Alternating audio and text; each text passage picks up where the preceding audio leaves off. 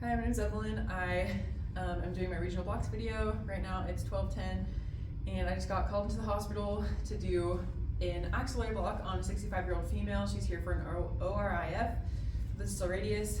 She has no significant history.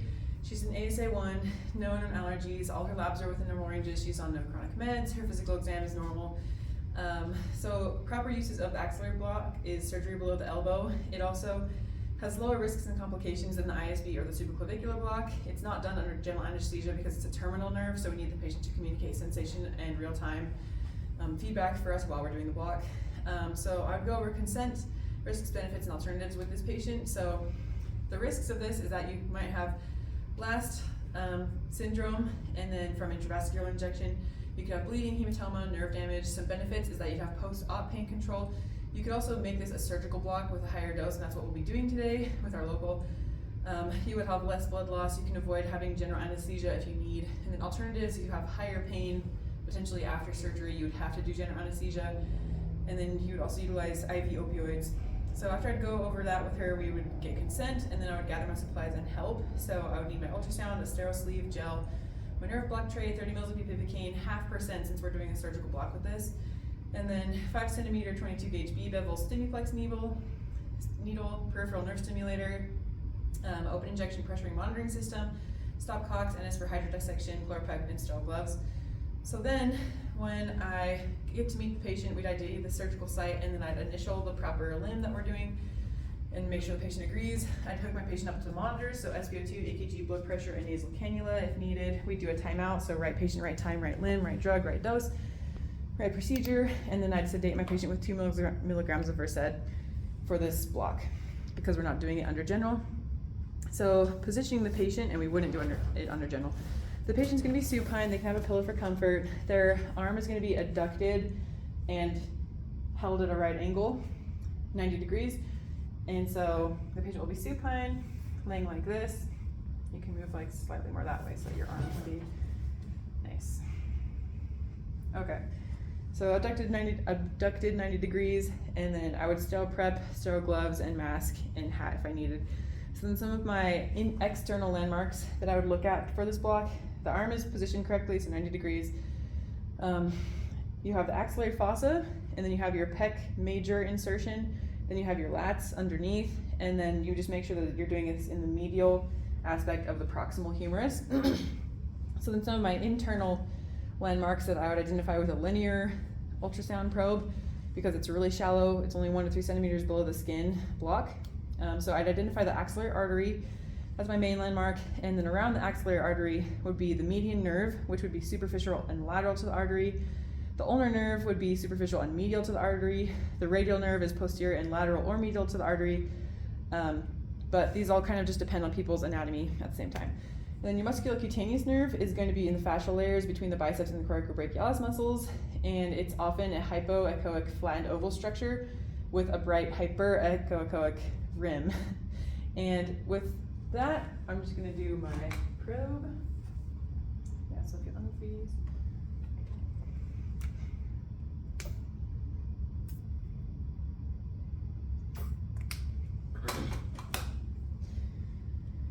Okay, so I need to find my lateral and medial on this probe.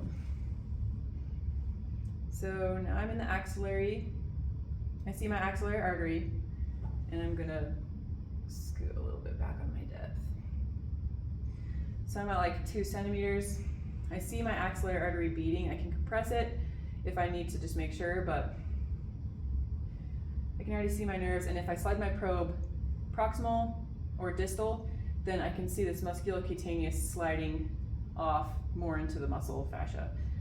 So now with these, this axillary artery, I have my median nerve, the very top, and then my ulnar nerve is going to be opposite side of my musculocutaneous nerve and medial to the artery, and the most medial in general, and then my radial nerve underneath the axillary artery. And then so then my needle approach is going to be inserted shallowly in plane, anterior to posterior relative to the axillary artery. So this was anterior, this was posterior, so I would insert it here and hit my radial nerve first and hope that it goes up into you, and then I might need to direct my needle as I go, but I only want to do all those redirections through the same needle site because I didn't do a skin wheel and they're going to feel all those pokes. And then as I draw back also, I can redirect and then get my musculocutaneous. And then if I'm using a nerve stimulator, I'll see an ulnar twitch or a thumb twitch. Hand twitches mean that I'm in the right spot. And then for my dosing, I would aspirate before all my injections to make sure I'm not doing this I'm not injecting into any vessels. And so I would inject 8 mils around each of the RUM nerves for a total of 24 mils. And then I would do 4 mils around the musculocutaneous nerve. And then after that, I would assess my working block. I would just make sure that I had elbow to hand numbness and the patient was starting to feel warmth and tingling. And then just another note about this is that the skin over the deltoid muscle is not anesthetized because the axillary nerve is not blocked by this approach, even though it's called an axillary block. So for my other patient, let me find you a towel. Okay, so for my other patient, I got called in and we're doing an adductor canal block. So this is not used for surgical anesthesia, unlike the axillary block, the option. This is only a sensory block. But anyway, so the patient, they're a 21-year-old female. We're doing ACL surgery. They have no past medical history. They're an ASA1, no known allergies. They have no significant history. Their labs are all within normal ranges. They have no chronic meds. They're really healthy. Their physical exam is normal. So using an adductor canal block, you want to do this for ACL surgeries, total knees. Normally you use this in conjunction with a sciatic nerve block, so an IPAC or a popliteal block to help greater coverage of your knee surgeries or distal leg surgeries. You could do any distal femur fracture surgery. This is not done under general anesthesia, again, because it's a terminal nerve, and we need the patient to communicate sensation of the block in real time. I would go over consent, risks, and benefits and alternatives. So risks with this are last as well. Then you'd have infection, nerve injury, quad weakness if for some reason this block went too high and it turned into like a pseudofemoral nerve block. So benefits, you can have effective pain relief and recovery after surgery. You'd have improved rehab and lower opioid consumption. And then alternatives are you would do a femoral nerve block, but you'd have quad weakness in that case. You could do a spinal or an epidural. You could use IV drugs or general anesthesia. You could do an IPAC. And then once we went over all of that, I would obtain consent with my patient and then ID the surgical site and initial. So we're just doing the right leg, I'd initial that, I'd make sure the patient also agrees. I'd gather my supplies and my help. So I need an ultrasound. I need a sterile ultrasound sleeve, my 9cm 22 gauge B-bevel Stimuplex needle with a syringe, my opening injection pressure monitoring system, tubing, stopcock, 10 mils of NS for possible hydrodissection, 10 to 20 mils of bupivacaine, 0.25%, chloroprep, mask, and sterile gloves. And then for my monitors, I would do the same ones, SpO2, EKG, blood pressure, nasal cannula if the patient needs. Do one time out, right patient, right time, right limb, right dose, right med, right procedure, and then sedate with 2 milligrams of Versed, because again, this is terminal nerve block, I need the patient awake. So my patient would be supine, but for the sake of this video, I want to make sure I can see. Sweet. So for the sake of this video, she's just going to be sitting. But I would want them slightly frog legged so I have access to the medial aspect of her middle thigh. So my external landmarks, like I said, it's going to be mid-thigh medially, and then just like where the sartorius muscle goes, anterior superior iliac spine to the medial condyle. So I would just know that in my head of where the muscle runs, because that's one of my main landmarks.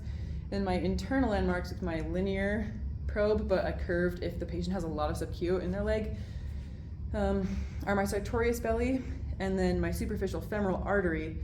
And my saphenous nerve is lateral to the artery, and vastus medialis muscle is lateral to the nerve, and then the adductor longus muscle is underneath the nerve. So pretty much we're just looking for the boat, and then superficial femoral artery, and then vastus medialis is kind of like on the lateral side. So finding this on ultrasound.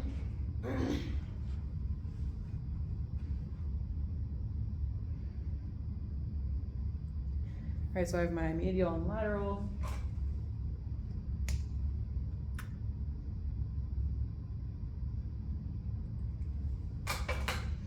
Okay, I feel frog like this. Better. Nice. Okay. I'm gonna adjust my depth because we're a little deeper for this.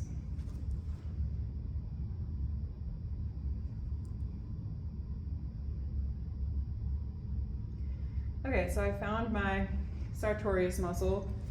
That's this boat, and then my superficial femoral artery is right underneath that, that's the circle. And the saphenous nerve is lateral to here. And then the vastus medialis muscle is lateral to this nerve. So this is vastus medialis, this is roughly where the nerve is gonna be. And then adductor longus is underneath all of this, right there. Let me scoot my, there we go. Okay, so let me just pause it, yeah. Okay, so this is my lateral side. So my sterile needle advancement angle. So I would do lateral to medial. So we'd come in lateral to medial through the sartorius muscle in plane to target the saphenous nerve. And then I know that if I do nerve stim, that if I get an obturator pectineus twitch, that I'm in the wrong spot. But I'd go lateral to medial, aspirating, making sure that I don't go into the vessel at all. And then I'd inject my 10 to 20 mils of bupivacaine 0.25% until the nerve lateral to this superficial femoral artery is anesthetized and it's fully circumferentially bathed in local anesthetic. So then once I did that, I could take out my needle, I'd assess the working block. I'd just make sure that they felt warmth and numbness in their middle knee and foot area down, and then they'd be ready to go for surgery.